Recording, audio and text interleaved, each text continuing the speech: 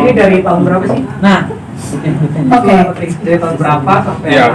Tahun waktu mengurusnya ini dari tahun 2017 sampai 2019 karena ibu saya meninggalnya tahun 2019. emang tidak pernah ini Mbak bilang ke Pernah sebelumnya gitu, jadi sebelumnya cuman kami didoktrin bilang waktu ini kejadiannya ketika mama saya waktu itu tahun 2017 itu saya lagi di Shanghai waktu itu kan bekerja di Shanghai dan ibu saya main ke sana. Jadi waktu itu saya tanya ke mama, mama ini kan sudah berumur, itu surat-surat penting kalau bisa dikasihlah ke salah satu anak-anak supaya disimpan lah gitu kan. Terus mama saya cuma diam aja, dia bilang hilang. Saya bilang, hah? Hilang? Apanya hilang? Iya, surat penting semua hilang. Loh kok bisa hilang? Saya bilang. Emang ibu saya bilang, udah, jangan bikin pikiran mama lebih rumit lagi. Sudah diurus, ada yang ngurus. Itulah kejadiannya. Jadi saya pikir, udah sedang diurus kan. Nah 2018 saya balik ke Jakarta. Setelah itu 2019 kan ibu saya meninggal. Nah ketika setelah ibu saya dikuburin itu saya panggillah orang yang bilang sedang diurusin namanya Riri. Saya tanya, mama saya itu ada hutang nggak? Oh nggak ada bang, nggak ada hutang gitu. Terus saya bilang, kalau masalah kan ada beberapa surat tanahnya yang lagi diurus. Oh tenang bang, sedang diurus. Nah udahlah, setelah itu saya pikir sudah selesai kan, saya balik lagi ke Bali. Nah 2019 kan COVID ya terjadi ya. Kebetulan saya juga tidak bekerja lagi waktu itu. Nah, karena sudah hampir setahun sejak saya bicara dengan Riri sampai 2019 itu tidak ada kejelasan, ya kakak saya bilang, abang saya bilang, pada di Bali lu ngapain sih lu ngapain? Udah urusan mama. Dari situlah kita mulai. Jadi sebenarnya semua ini terkuaknya pada saat ibu saya meninggal gitu kan, baru kita mengajukan pertanyaan-pertanyaan gitu. Katanya, oke, notarisnya yang mana? Kok mama saya meninggal, dia bahkan dulu waktu sebelumnya tuh mama sempat pernah menghimbau bahwa ada surat wasiat. Maksudnya gini, kan kalau misalnya ibu meninggal terus kita kakak beradik itu kan maksudnya lebih baik waktu itu kita udah dengar ada surat wasiat, kita tahu dong dari notarisnya langsung gitu. Ini notarisnya mana ya gitu, ibu saya udah meninggal masa cuma kirim karangan bunga tapi orangnya tidak datang gitu kan. Mulai dari situ mulai tanya, aduh kok bang ini lagi di luar kota, lagi di ini, lagi di itu, tapi semua pertanyaan jedanya seminggu, 2 minggu kemudian, sebulan, sampai akhirnya kami mulai curiga gitu, ini ada apa sih?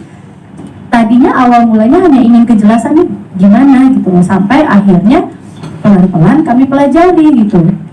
Oke, kalau memang ini lagi diurus suratnya, mana bukti dari BPN-nya gitu kan, ada kalau surat lagi di pengurusan segala macam. Tapi mulai dari situ tuh gelagatnya kelihatan, pelan-pelan terbuka, pelan-pelan terus dengan abang saya juga langsung mengkawal terus tentang ketidakjelasan ini, baru tuh dari situ kok mulai curiga ya, kok mulai aneh ya, kok mulai ada sesuatu ya gitu. Dari situ baru kita pelan-pelan terbuka, bahkan pernah ada surat palsu bahwa memang itu lagi diurus gitu loh. Kita sampai lihat, dulu kalau dari BPN kan mestinya harusnya ada ada barcode ya, kok ini nggak ada. Nah dari situ tuh mulai kebuka, ada whistleblower, ada ini, ada itu, sampai akhirnya sekarang kita hire lawyer gitu karena kami ingin mengerti hukum. Kami juga tidak mau salah secara hukum gitu loh. Jadi ya ini sudah jelas ya, yang bermain itu nggak cuma seorang. Ada pelaku, ada aktor intelektualnya, dan ada supportingnya juga. Jadi ya sudah jelas ini adalah suatu sindikat ya, yang sudah biasa untuk menggelapkan sertifikat ini sudah biasa. Jadi ada satu proses tuh ketika kami bertanya tuh itu seperti yang disebut tadi saya. Jika saya misalnya ke BPN misalnya, kan saya tuh udah dibuatin dokumen palsu ya. Nah jadi kita tuh otaknya, oh iya ya ini udah ini lagi paling. Kalau kita nggak tanya-tanya, kalau kita percaya saja ya itu yang terjadi. Ya nyatanya kami tidak percaya dengan mudah, itu aja. Mbak, ya silakan. boleh. Yang menarik ini kan ada aktor intelektualnya pastinya ya. Mungkin pejabat-pejabat terkait sendiri sudah dilaporkan belum sih, kayak notarisnya atau Sementara ini yang sudah kami laporkan, silakan mungkin dari Diulang lagi lawyer kami ya. yang dilaporkan siapa aja Mas? Ya, yang dilaporkan itu, kalau dilaporkan itu salah satunya adalah PPAT yang bernama Farida. Ya, pengetahuan kami terhadap PPAT itu sudah dilakukan penahanan. Ada tersangka lagi 2 orang PPAT lainnya, pertama Ibu PPAT Ina Rosaina dan Ibu Ridwan. Akan tetapi sepengetahuan kami sampai dengan saat ini belum dilakukan penahanan. alasannya sendiri mungkin kenapa? Ya, Alasannya sendiri mungkin informasi dari penyidik Belum hadir. karena kan ini keterkaitan ya antara notaris satu dengan notaris yang betul. Informasi yang diterima karena pada saat dipanggil PPAT tersangka yang 2 orang ini tidak hadir. Itu informasi yang diterima. Karenanya sampai saat ini belum melakukan penahanan. Karena itu kami mohon kepada teman-teman media untuk membantu kami mengawal ini perkara ini, apalagi kami mendengar informasi bahwa para keluarga yang korban ini saat ini sedang dilaporkan balik juga. Nah, kami khawatir jangan sampai nanti warga Mirna Zubir ini merupakan korban nantinya bahkan sampai jadi tersangka. Nah, jadi kami mohon bantuan teman-teman media untuk mengawal permasalahan ini. Mungkin kami menambahkan ya, mungkin masih ada pihak-pihak terkait lainnya, mungkin kami juga masih belum bisa menjelaskan sekarang ini, karena kami juga masih menunggu jika penyidikan masih berjalannya. Jadi karena ini kan juga ada kaitannya dengan digadaikan di bank segala macam ya. Jadi pertanyaan tadi itu untuk sementara ini yang sudah kami identify adalah PPAT yang terlibat. Untuk yang lain-lainnya kita masih telusuri. Bang, lagi bang, tadi kan dibilang kan semua pelakunya diduga ada 5 orang ya? 5 orang. Yang sudah ditahan itu 2. 3 ini siapa aja selain ART? 3 itu adalah Riri Kasmita yang adalah ART-nya ibu saya, kemudian suaminya, karena kenapa suaminya? Karena surat-surat tanah ibu saya diganti nama atas nama Riri Kasmita dan suaminya Adrianto itu. Dan satu lagi yang memang sudah ditahan dari hasil BAP kemarin adalah notarisnya PPAT atas nama Farida dari wilayah Tangerang. Dan kami tambahkan juga ya, dari 2 lagi yang sedang diurus, sedang dipanggil ini, sebagai tersangka, salah satunya adalah Ina Rosaina, yang itu salah satu pengurus ini se-Jakarta Barat, jadi Ikatan Notaris Indonesia ya, ini itu ya. Dan karena dia tuh berhalangan hadir, kami dapat kabar karena dia lagi menghadiri rapat ini itu, jadi belum bisa memenuhi panggilan polisi. Sekali lagi saya tegaskan bahwa yang terlibat di sini 2 orang lagi, salah satunya yang sebentar lagi juga akan di BAP sudah dipanggil sebagai tersangka tapi belum datang, belum menghadiri. Ina Rosaina, dia adalah pengurus dari Ikatan Notaris Indonesia wilayah Jakarta Barat. Ya, itu yang saya tegaskan. Karena belum hadir memenuhi panggilan. Dan satu lagi adalah Erwin Ridwan. Nirina, Ya. mau tahu luas tanah ini berupa tanah kosong kah atau ada bangunannya? Dan nilainya berapa? Kalau boleh tahu kerugian ini. Mungkin dijelasin aja Mas, aset-aset ini apa? Oke, ada 6 sertifikat ya. Luasnya sih kurang lebih saya lupa ya, beberapa. Cuma ini dari 6 sertifikat itu ada 2 yang berupa tanah kosong yang sudah dijual dan sudah oleh pembelinya, pembeli yang baru itu sudah dibangun. Itu 2. Nah, yang sisanya lagi 4 lagi itu tanah dengan bangunan yang diagungkan. Nominal luas tanah Agak sensitif ya. Tapi sih memang Total kerugian. Kurang lebih 16 M lah.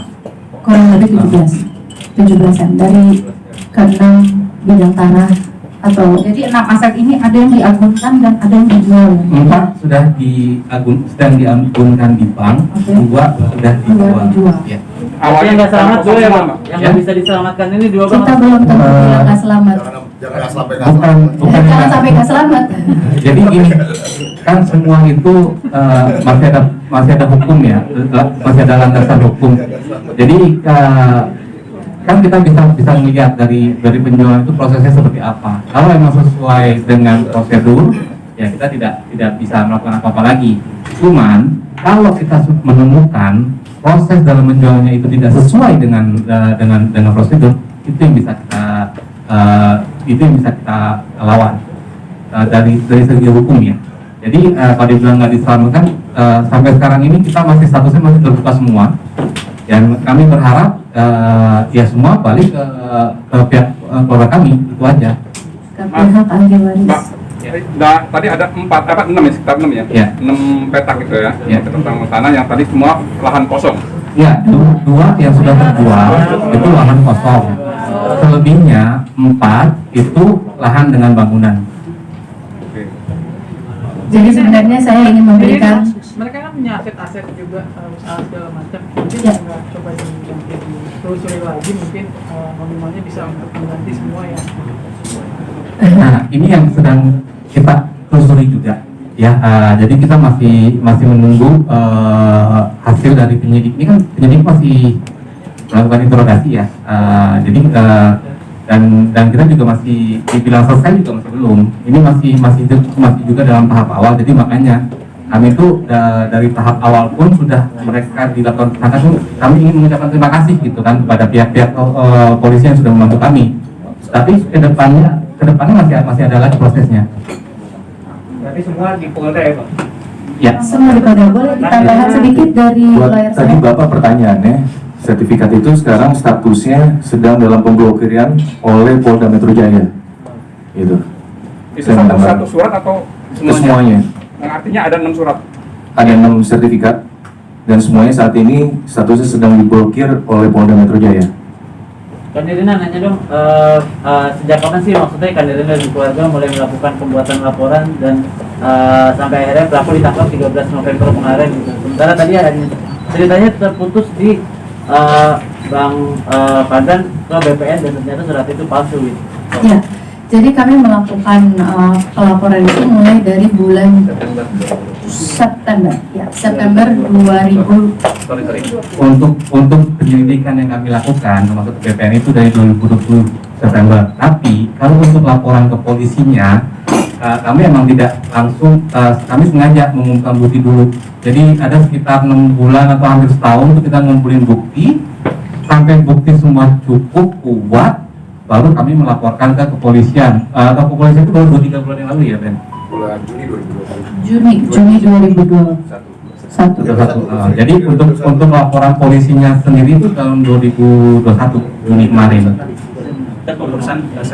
Nah itu di sini saya tambahin lagi, kenapa prosesnya, maksudnya kan kenapa ada beberapa bulan yang kosong? Kenapa satu, selain kami juga mengumpulkan bukti-bukti, tapi memang di awalnya kami sudah sekeluarga, para ahli waris termasuk orang tua bapak saya itu masih ada niatan baik untuk menyelesaikan ini secara kekeluargaan. Masih kami udah beri itu ke dia, sampai yang saya bilang tadi, kenapa makanya saya sebutin terus nama ibunya gitu, sampai akhirnya ibunya yang memaki-maki balik kita bilang loh ini hak kami dong untuk minta kejelasan atas ini semua gitu. Jadi kembali lagi kami sudah memberikan dia niatan baik dengan menyelesaikannya secara kekeluargaan, malah kami akhirnya dimentahkan balik, bahkan sekarang jadi ada lawyer, ada ini segala macam. Tadinya kami nggak mau ada kayak begitu-gitu, kita mau selesain aja baik-baik, karena kembali lagi kita nggak pernah ada niatan apa-apa, kita nggak pernah ada pikiran sedikit pun terhadap dia. Makanya kenapa baru akhirnya sekarang, karena memang nggak pernah ada pikiran sedikit pun gitu, pikiran tidak baik, pikiran jahat, pikiran boro-boro gitu, karena kita pikir ya udah, kita dulu malah justru berterima kasih karena dia ada di samping ibu saya pada saat kami semua sedang aktif bekerja gitu. Tapi mana kita tahu ternyata akhirnya malah semua diambil kesempatan untuk merubah surat ibu saya menjadi atas nama Riri Kasmita dan suaminya Edrianto. Oke, kalau masalah pelaporan polisi dan penyelidikannya gimana nih Mas terkait Mas Irfan ini? Apakah susah, apakah berbelit-belit, atau memang dari Satgas Mafia Tanah sudah mempermudah, karena ini sebenarnya bukan masalah yang gampang ya untuk selesai ini. Itu yang saya sampaikan tadi. Dibilang gampang enggak, tapi dibilang susah juga enggak. Jadi selama kita ngikutin prosedur, ya, selama kita ngikutin arahan dari mereka lah, itu semua bisa terselesaikan, ya. Jadi ya baik lagi ketika tadi kami mengurus awal-awalnya itu ya kita emang mau secara kekeluargaan. Tapi ketika kami datang baik-baik pun, contohnya waktu kita berusaha untuk mencari data ke PPAT terkait lah ya, dan kami diusir, dan kami malah ditantang PPAT Ina Rosaina, dan kami diusir.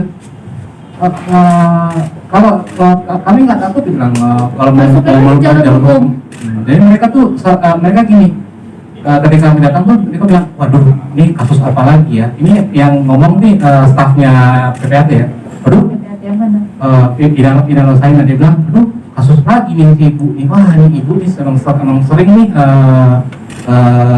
kena sama masalah hukum, tapi juga kan selesai sendiri.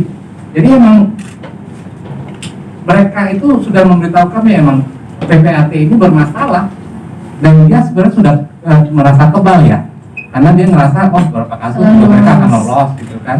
Nah, akhirnya mereka nantang ini, kalau mau bawa hukum silakan aja bawa hukum. Nah inilah kenapa kami menempuh jalur hukum.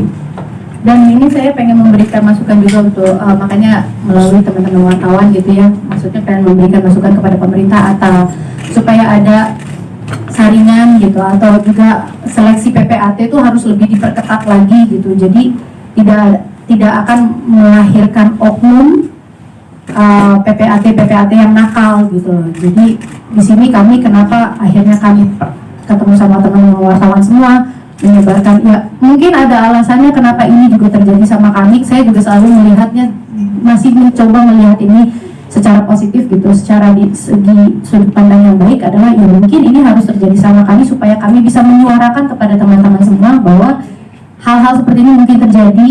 Mawas diri, tolong periksa surat-surat Anda, percaya, maksudnya kalau bisa melakukan ini semua sendiri, lakukanlah sendiri, rundingkan bersama keluarga itu. Izin menambahkan, pertama kali pas Nirina datang ke kantor kami untuk konsultasi, kami pun sangat percaya setengah enggak ya mengenai seorang PPAT ya, sampai tega berbuat seperti itu, karena PPAT itu kebetulan saya juga sarjana notariat ya, intinya kami juga diajari bahwa PPAT itu profesi yang terhormat. Lumayan kaget juga ya pertama kali ya, tepu ya. Jadi sampai 3 orang percaya ya, sampai kayak masa sih? Kalau saya bukan menangani sendiri, mungkin saya nggak percaya gitu loh. Ada PPAT yang berani mempertaruhkan profesinya, sampai 3 orang sekarang menjadi tersangka PPAT tersebut. Itu aja. Oke. Mau nanya lagi Pak, soal tadi kan katanya kan para tersangka ini malah ini balik menyerang, lapor balik. menyerang, lapor balik. Udah dilaporkan atas tuduhan apa? Penyekapan. Penyekapan. Iya. Berarti tidak berhubungan dengan kasus ini ya Mas? Nggak ada. Jadi dia itu kayak pengen melaporkan saya lah intinya, serangan baliknya itu. Dia dibilang dia disekap lah, dia dirampas lah kemerdekaannya. Siapa nih Bang? Sorry, Bang. Dari Kaspita. Nah, Jadi memang kami menempatkan satpam di tempat kos-kosan rumah milik kami. Tapi satpam itu tujuannya pengamanan aset. Cuma dia GR sendiri dikira dia disekap, nggak boleh kemana-mana. Padahal kami punya bukti baik video maupun berupa foto bahwa Ridi Kasmi itu bebas keluar masuk kapan saja. Dalam surat laporan itu dilaporkan abang aja Pak? saya karena pelapor kasus di sini saya atas saya yang melapor. Bukan laporan mana nih? Yang Penyekapan. Penyekapan kami tidak melihat langsung dokumen laporan. Ya. Tapi kemungkinan kami juga.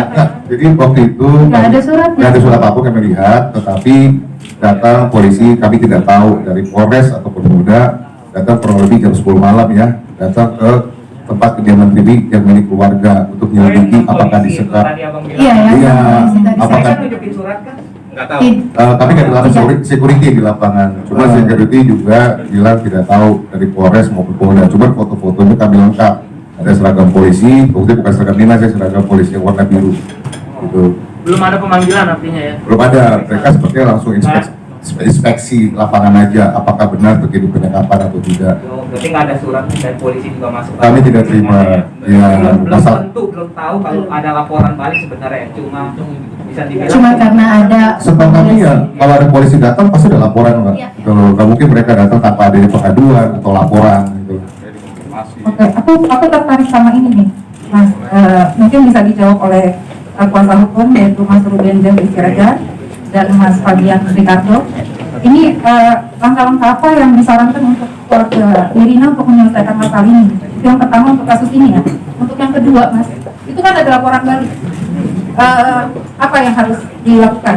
Apakah keluarga Nirina akan fokus pada kasus utamanya aja dan yakin kasus yang karena nggak berhubungan kan? Nah, yang kedua aku mau nanya soal aset yang sudah diagunkan, berarti kan itu surat-surat yang masuk ke bank ini ya dipalsukan juga kan? Ya. Apa? Jadi Si tersangka sudah menerima sejumlah uang? Bukan, jadi gini. Atau gimana? Untuk kasus ini ya, jadi yang mesti diwanti-wanti tambahannya adalah mereka itu cuma butuh notaris yang nakal. Kayak saya contohnya, ketika tanah saya itu dialih-namakan ke Riri, normatifnya jika ada transaksi penjualan itu kan ada persetujuan dari istri, ya kan, sebagai bukan dari misalnya saya mau menjual tanah saya istilahnya kan, mau ganti nama. Di notaris harus ada saksi-saksi kan? Saksi-saksi, dan setelah diselidiki sama polisi itu saksi-saksi kayak misalnya Saksi palsu berarti, Mas? KTP isi saya, namanya benar, mukanya beda. Lalu buku nikah saya, bapak saya saya sudah amit ya, Iya. bukan bapak saya, jadi semua itu sudah dipalsukan. Jadi orang yang masih hidup pun bisa diakal-akali untuk dirubah nama itu semudah itu. Dan contohnya lagi kan kalau ada perjanjian jual beli itu kan harus ada fotonya ya, fotonya juga tidak disertakan. Jadi ini ada yang mungkin ada prosedur yang mesti di pemerintah untuk lebih itu diketatkan lagi ya. Jadinya ya, seperti itu. Mungkin bisa saya tambahin, Pak? Ya.